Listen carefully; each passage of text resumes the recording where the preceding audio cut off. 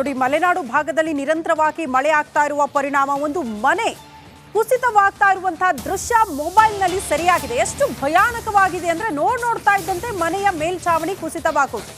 ಮಲೆನಾಡಿನಲ್ಲಿ ಮಳೆ ಅವಾಂತರ ಮುಂದುವರಿತಾ ಇದೆ. ಚಿಕ್ಕಮಗಳೂರಿನಲ್ಲಿ ನೋಡ್ತಾ ಇದ್ದಂತೆ ಕುಸಿದು ಬಿಟ್ಟಿದೆ ಮನೆ ಕುಸಿತದ ದೃಶ್ಯ ಮೊಬೈಲ್ ಕ್ಯಾಮೆರಾದಲ್ಲಿ ಸೆರೆಯಾಗಿದೆ.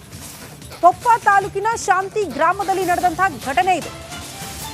ಮನೆಯಲ್ಲಿ ಯಾರೂ ಇರಲಿಲ್ಲ, ಭಾರಿ ಅನಾಹುತ ತಪ್ಪಿದೆ. ಸಪೋಸ್ ಮನೆಯಲ್ಲಿ ಯಾರಾದ್ರೂ ಇದ್ದ ಸಮಯದಲ್ಲಿ ಇಂಥ ಅನಾಹುತ ಆಗ್ಬಿಟ್ಟಿದ್ರೆ ಏನಪ್ಪ ಗತಿ ಅಂತ ಈ ದೃಶ್ಯ ನೋಡಿದವ್ರು ಪ್ರಶ್ನೆ ಮಾಡುವಂತಹ ಪರಿಸ್ಥಿತಿ. ಮೊಬೈಲ್ನಲ್ಲಿ ಸರಿಯಾಗಿರುವಂತಹ ದೃಶ್ಯ ನೋಡ್ತಾ ಇದ್ದಂತೆ ಮನೆಯ ಮೇಲ್ಛಾವಣಿ ಕುಸಿತವಾಗುತ್ತೆ.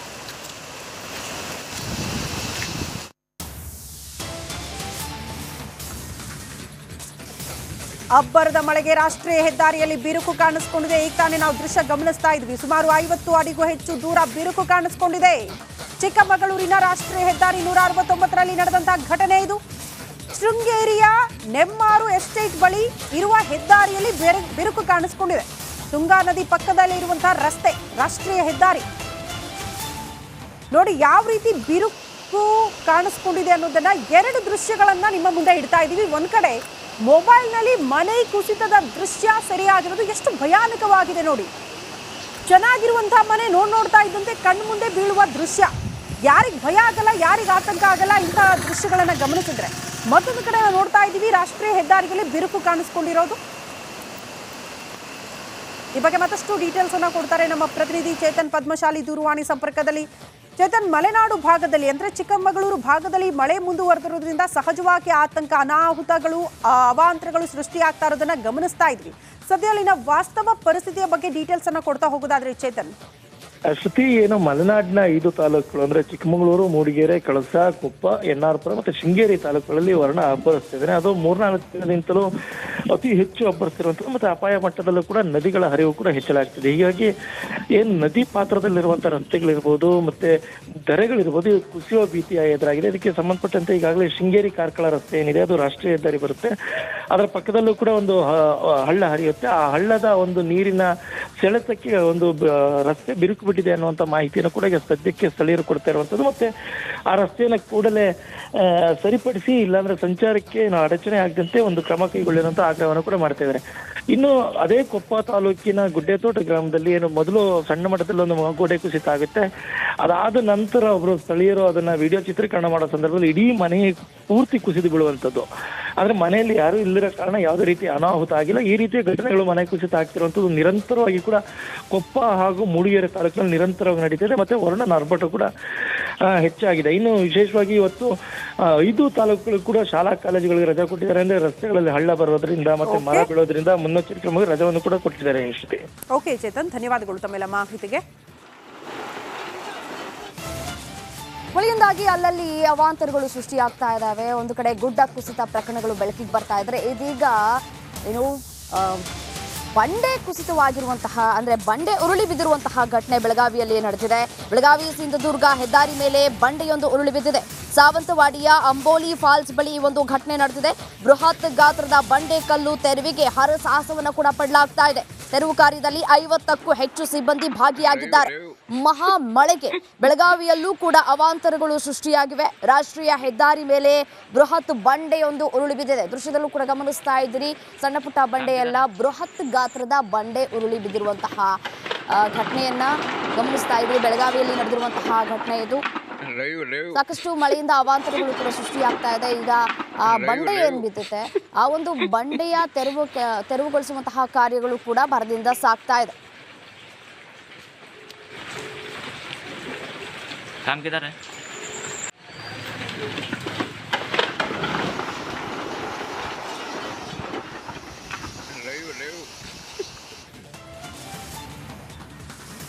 ಬರೀ ಕರಾವಳಿ, ಮಲೆನಾಡು ಈ ಭಾಗದಲ್ಲಿ ಮಾತ್ರ ಅವಾಂತರಗಳಲ್ಲ, ಇಡೀ ರಾಜ್ಯಾದ್ಯಂತ ಹಲವು ಜಿಲ್ಲೆಗಳಲ್ಲಿ ಮಳೆಯ ಅನಾಹುತಗಳು ಎಷ್ಟು ಮಟ್ಟಿಗಿದೆ ಅಂದ್ರೆ ಹಾಸನದ ಪರಿಸ್ಥಿತಿಯನ್ನ ನಿಮ್ಮ ಮುಂದೆ ಇಡುವ ಪ್ರಯತ್ನ ಮಾಡ್ತೀವಿ. ವರುಣಾರ್ಭಟಕ್ಕೆ ಹಾಸನದಲ್ಲೂ ಕೂಡ ಒಂದಷ್ಟು ಅವಾಂತರಗಳು ಸೃಷ್ಟಿಯಾಗಿದೆ. ಚಲಿಸುತ್ತಿದ್ದ ಕಾರಿನ ಮೇಲೆಯೇ ಮಣ್ಣು ಕುಸಿದು ಬಿದ್ದಿದೆ.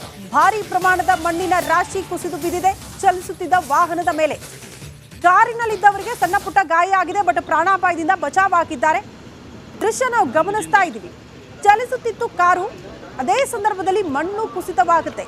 ರಾಶಿ ಮಣ್ಣು ಕಾರಿನ ಮೇಲೆ ಬಿದ್ದಿರುವ ದೃಶ್ಯ ನಾವು ಗಮನಿಸ್ತಾ ಇದ್ದೀವಿ. ಬಟ್ ಕಾರಿನಲ್ಲಿ ಇದ್ರೂ ಜನ ಸಣ್ಣ ಪುಟ್ಟ ಗಾಯದೊಂದಿಗೆ ಪ್ರಾಣಾಪಾಯದಿಂದ ಅವರು ಬಚಾವಾಗಿದ್ದಾರೆ. ಈ ಬಗ್ಗೆ ಮತ್ತಷ್ಟು ಡೀಟೇಲ್ಸ್ ಅನ್ನ ಕೊಡ್ತಾ ಹೋಗ್ತಾರೆ ನಮ್ಮ ಪ್ರತಿನಿಧಿ ಖುಷ್ವಂತ್ ದೂರವಾಣಿ ಸಂಪರ್ಕದಲ್ಲಿ. ಖುಷ್ವಂತ್, ಯಾವಾಗಾಗಿರೋ ಘಟನೆ, ಸದ್ಯ ಕಾರ್ನಲ್ಲಿದ್ದವರ ಪರಿಸ್ಥಿತಿ ಏನು? ಶ್ರುತಿ, ಏನು ಕಾರಿನಲ್ಲಿ ಯಾವುದೇ ಪ್ರಾಣ ಹಾನಿ ಸಂಭವಿಸಿಲ್ಲ, ಬದಲಾಗಿ ಕಾರನ್ನ ಚಲಿಸ್ತಿದ್ದಂಥವರಿಗೆ ಕೆಲ ಗಾಯಗಳಾಗಿದೆ ಇರುವಂತಹ ಮಾಹಿತಿ. ಈಗಾಗಲೇ ಈ ಘಟನೆ ನಡೆದಿರುವಂತದ್ದು ಹಾಸನದ ಸಕಲೇಶ್ಪುರದ ಶಿರಾಡಿ ಘಾಟ್ ರಾಷ್ಟ್ರೀಯ ಹೆದ್ದಾರಿ 75ರ ಬಳಿ ಘಟನೆ ನಡೆದಿರುವಂತದ್ದು. ದೊಡ್ಡತಪ್ಪಲು ಎಂಬ ಗ್ರಾಮ ಏನಿದೆ, ಆ ಗ್ರಾಮದ ಬಳಿ ಈ ಘಟನೆ ನಡೆದಿದೆ. ಇನ್ನು ಹೆಚ್ಚಿನ ಪ್ರಮಾಣದಲ್ಲಿ ಬಹುಶಃ ಮಣ್ಣಿನ ಗುಡ್ಡೆ ಏನಾದ್ರು ಕುಸಿದು ಬಿದ್ದಿದ್ರೆ ಇನ್ನೂ ಕೂಡ ಸಂಪೂರ್ಣ ಹಾನಿ ಆಗ್ತಿತ್ತು. ಅದೃಷ್ಟವಶಾತ್ ಕಾರು ಬರುವಂತಹ ಸಂದರ್ಭದಲ್ಲಿ, ಬಿದ್ದಂತ ಸಂದರ್ಭದಲ್ಲಿ ಹಿಂದೆ ಹೆಚ್ಚು ವಾಹನಗಳ ಚಲನೆ ಕೂಡ ಇದ್ದ ಕಾರಣ ಕೂಡಲೇ ಎಲ್ಲರೂ ಕೂಡ ಬಂದು ಇವರ ಒಂದು ಏನು ಸಹಾಯಕ್ಕೆ ಮುಂದಾಗಿದ್ದಾರೆ.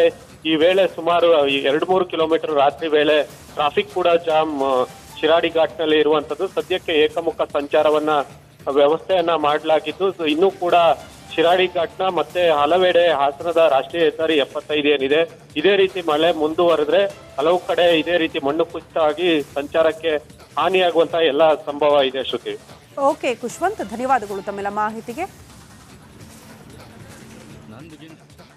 ಕೊಡಗು ಜಿಲ್ಲೆಯಲ್ಲೂ ಕೂಡ ವರುಣನ ಆರ್ಭಟ ಮುಂದುವರೆದಿದ್ದು 2 ದಿನಗಳ ಕಾಲ ರೆಡ್ ಅಲರ್ಟ್ ಅನ್ನ ಘೋಷಣೆ ಮಾಡಲಾಗಿದೆ. ಇಂದು ಜಿಲ್ಲೆಯ ಶಾಲಾ ಕಾಲೇಜುಗಳಿಗೆ ರಜೆಯನ್ನ ಘೋಷಣೆ ಮಾಡಲಾಗಿದ್ದು, ಲಕ್ಷ್ಮಣ ತೀರ್ಥ ನದಿಯಲ್ಲಿ ಪ್ರವಾಹ ಸೃಷ್ಟಿಯಾಗುವಂತಹ ಭೀತಿ ಎದುರಾಗಿದೆ. ಕೃಷಿ ಭೂಮಿಗಳಿಗೆ ಪ್ರವಾಹ ನೀರು ನುಗ್ಗಿದೆ. ಹೊನ್ನಂಪೇಟೆಯಲ್ಲಿ ಗದ್ದೆಗಳು ಕಂಪ್ಲೀಟ್ ಆಗಿ ಜಲಾವೃತವಾಗಿವೆ. ಹರಿಹರ ಕೊತ್ತೂರು ರಸ್ತೆಯೂ ಕೂಡ ಜಲಾವೃತ ಆಗಿದೆ. ಜಿಲ್ಲೆಯಲ್ಲಿ 2 ದಿನ ರೆಡ್ ಅಲರ್ಟ್ ಘೋಷಣೆಯನ್ನ ಮಾಡಲಾಗಿದೆ. ದೃಶ್ಯದಲ್ಲೂ ಕೂಡ ಗಮನಿಸಬಹುದಾಗಿರುವಂಥದ್ದು ಪ್ರವಾಹದ ಭೀತಿ ಇರುವಂತಹ ಹಿನ್ನೆಲೆಯಲ್ಲಿ ಈಗಾಗಲೇ ಒಂದು ರೀತಿಯಲ್ಲಿ ಪ್ರವಾಹ ಸೃಷ್ಟಿಯಾಗಿದೆ ಅಂತಲೇ ಹೇಳ್ಬೋದು. ಸುತ್ತಮುತ್ತಲಿನ ಗದ್ದೆಗಳಿಗೂ ಕೂಡ ಈ ಒಂದು ನೀರು ನುಗ್ಗಿದೆ. ಈ ಹಿನ್ನೆಲೆಯಲ್ಲಿ ಕೊಡಗು ಜಿಲ್ಲೆಯಲ್ಲಿ 2 ದಿನಗಳ ಕಾಲ ರೆಡ್ ಅಲರ್ಟ್ ಘೋಷಣೆಯನ್ನು ಕೂಡ ಮಾಡಲಾಗಿರುವಂಥದ್ದು. ಎಲ್ಲ ನದಿ ತೀರಗಳು ಈಗಾಗಲೇ ತುಂಬಿ ಹರಿತಾ ಇರುವಂತಹ ಹಿನ್ನೆಲೆಯಲ್ಲಿ ಮುಂಜಾಗ್ರತಾ ಕ್ರಮವಾಗಿಯೂ ಕೂಡ ಈಗಾಗಲೇ ಜಿಲ್ಲಾಡಳಿತ ಎಚ್ಚರಿಕೆಯನ್ನು ಕೂಡ ಕೈಗೊಂಡಿದೆ. ಶಾಲಾ ಕಾಲೇಜುಗಳಿಗೂ ಕೂಡ ರಜೆಯನ್ನು ಘೋಷಣೆ ಮಾಡಿದೆ.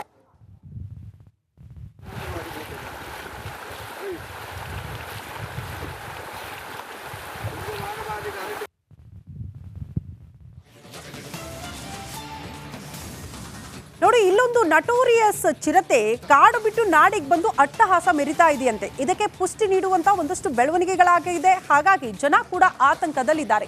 ಈ ಕುರಿತು 1 ನಿಮಿಷದ ವರದಿ ಇದೆ, ಬನ್ನಿ ನೋಡ್ಕೊಂಡು ಬರೋಣ.